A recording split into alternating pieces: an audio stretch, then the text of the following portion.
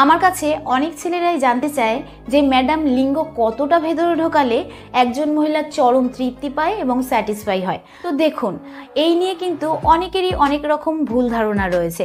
তাই আজকের ভিডিওতে আমি আলোচনা করব যে মহিলারা লিঙ্গ কতটা ভেতরে নিতে পারে। নমস্কার, আমি মাধুরী দাস, হেলথ কনসালটেন্ট। তো চলুন শুরু করা যাক।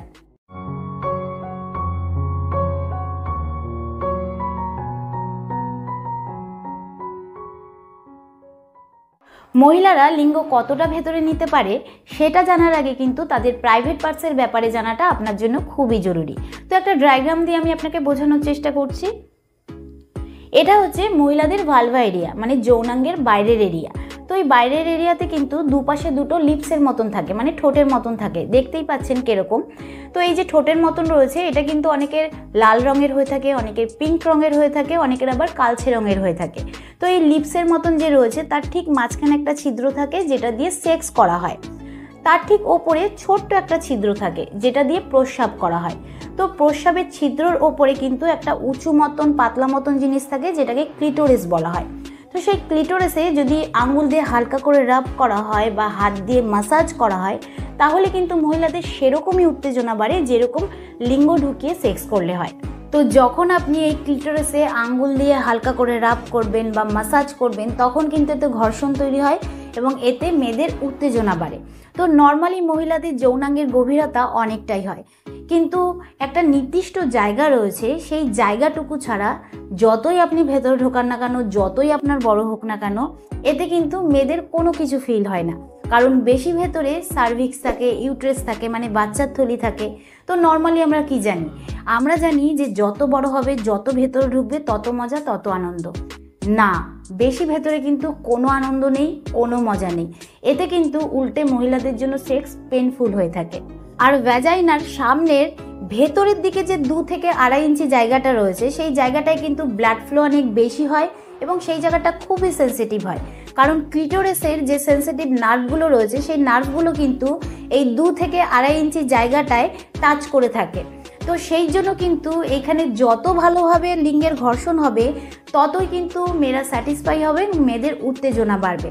কিন্তু যাদের ধারণা যে লিঙ্গ বড় হলেই মেয়েদেরকে স্যাটিসফাই করা যায়, তাদের এটা জেনে রাখা দরকার যে লিঙ্গের সাইজে কিন্তু কোনো প্লেজার থাকে না, কোনো মজা থাকে না। আর এই যে 2 থেকে 2.5 ইঞ্চি জায়গাটা রয়েছে সেই জায়গাটায় যদি আপনি আঙ্গুল দিয়ে খুব ভালোভাবে ঘর্ষণ করেন বা লিঙ্গ দিয়ে ঘর্ষণ করেন বা টয় দিয়ে ঘর্ষণ করেন, আবার অনেক মহিলাদের জিভ দিয়ে ঘর্ষণ করা পছন্দ, সেটা যদি করেন তাহলে কিন্তু মহিলাদের উত্তেজনা অনেক বেশি বাড়ে।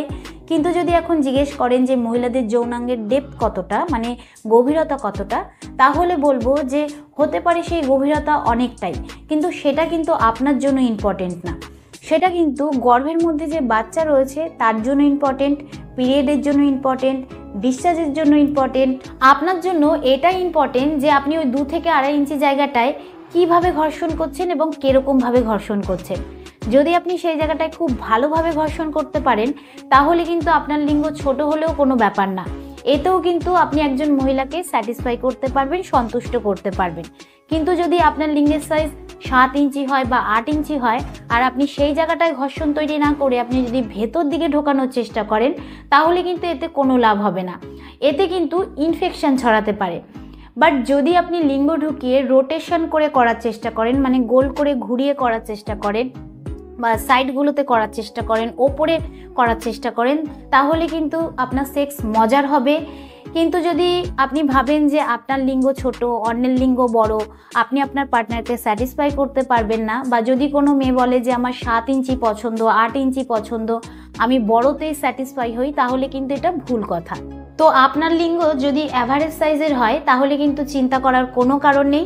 অ্যাভারেজ সাইজের যদি কথা বলি তাহলে একজন ছেলের লিঙ্গ দাঁড়ানোর পর 4 থেকে যদি 6 ইঞ্চি হয় তাহলে সেটা নর্মাল, আর এটা একদমই সঠিক সাইজ। আমি আবারও বলবো যে লিঙ্গ 7 ইঞ্চি বা 8 ইঞ্চির হলেই যে সেটা সব থেকে বেস্ট আর সেই যে মেয়েদেরকে স্যাটিসফাই করতে পারবে এরকম কিন্তু নয়। আর বড় লিঙ্গ হলেও কিন্তু সহবাসের সময় সেটা পেনফুল হতে পারে। তো আমি আশা করব যে এই ভিডিওর দ্বারা আপনি উপকৃত হবেন। ভিডিওটা কিরকম লাগলো অবশ্যই কমেন্টে জানাবেন। আজকের মতন এতটুকুই, আবার দেখা হবে পরবর্তী ভিডিও নিয়ে।